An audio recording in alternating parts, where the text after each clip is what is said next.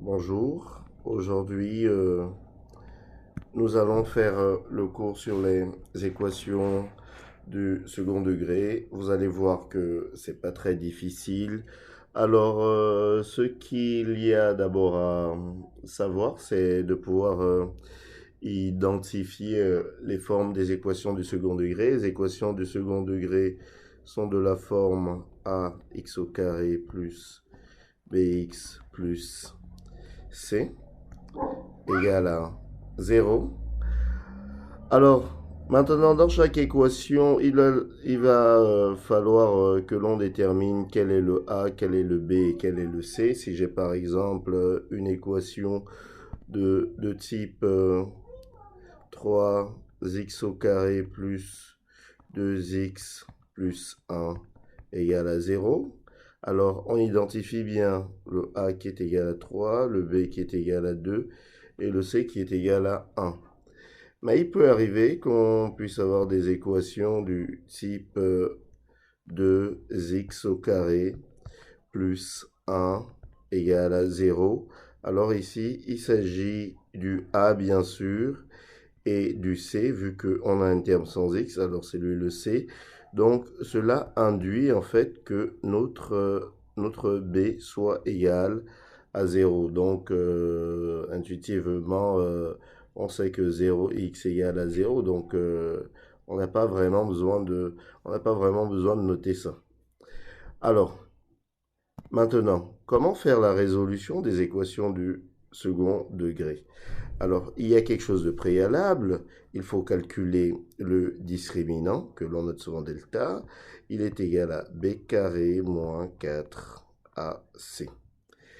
Alors, b carré moins 4ac, si on a notre discriminant, si notre discriminant est supérieur à 0, nous obtenons deux types de solutions. Un premier type de solution qui sera de la forme x1 qui sera égal à moins b moins racine de delta sur 2a, et une autre qui sera x2 qui sera égal à moins b plus racine de delta sur 2a. Alors, donc on a ces deux solutions-là. Quand le discriminant est égal à, est supérieur à 0, on aura relativement les mêmes solutions quand le discriminant sera égal à 0, sauf que ici on n'aura qu'une seule solution, hein, qui sera x1, si on veut, 2, est égal à moins b sur 2a. Tout simplement parce que, en gros, si on reprenait la formule de x1 et de x2 du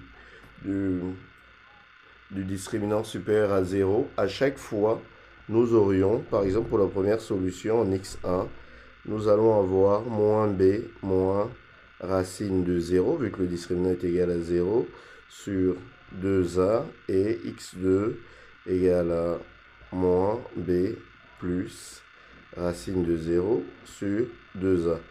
Alors que on sait que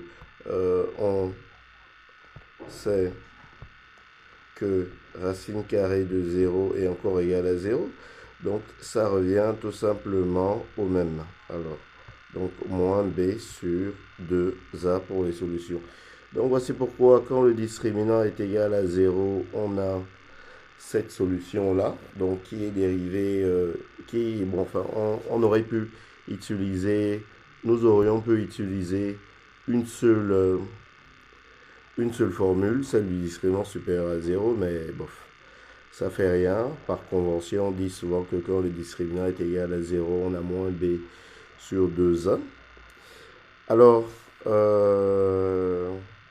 qu'en est-il maintenant de la résolution de ces équations du second degré? Alors, on va faire un exemple. Alors, ici, nous avons par exemple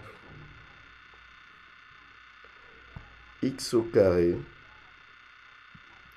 plus 2x plus 1 qui est égal à 0. Alors, on identifie le A. Alors, le A se situe ici. Donc, par convention, il sera égal à 1, comme on n'a rien devant. Et ici, nous avons le B et ici, nous avons le C. Donc, on applique la formule, on calcule le discriminant. Donc, discriminant, excusez-moi.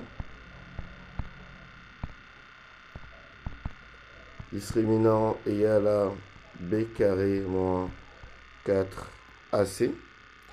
Donc, B au carré, c'est 2 au carré moins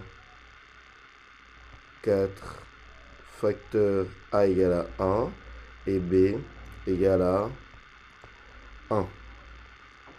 Alors, ce discriminant-là, lui, il est égal à, alors si on veut, qui sera égal à 4, 2 au carré, 4, moins 4 fois 1 fois 1, donc moins 4. Donc, on a que notre discriminant est égal à 0. Hein? Discriminant est égal à 0. Or, on sait que si discriminant est égal à 0, nous avons